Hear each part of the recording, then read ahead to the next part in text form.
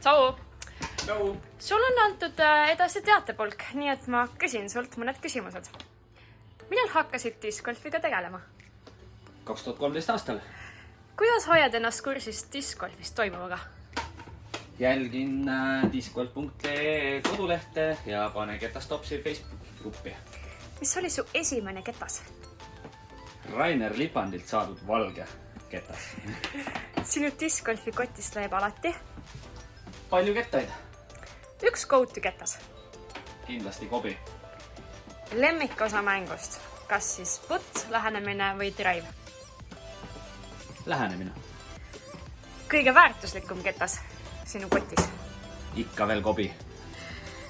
Rada, kuhu tahad alati tagasi minna? Karujärve, üks parimaid.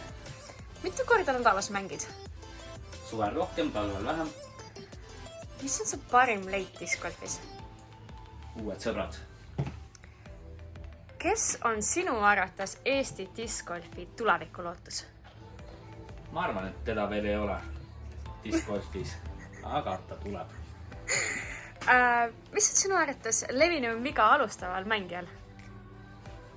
Mina soovitaks otsida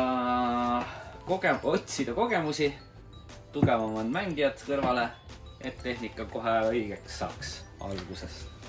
Mis on su suurim motivaator discgolfis? Ilus ilm, hea seltskond. Kuidas näed Eesti discgolfi 5 aasta pärast?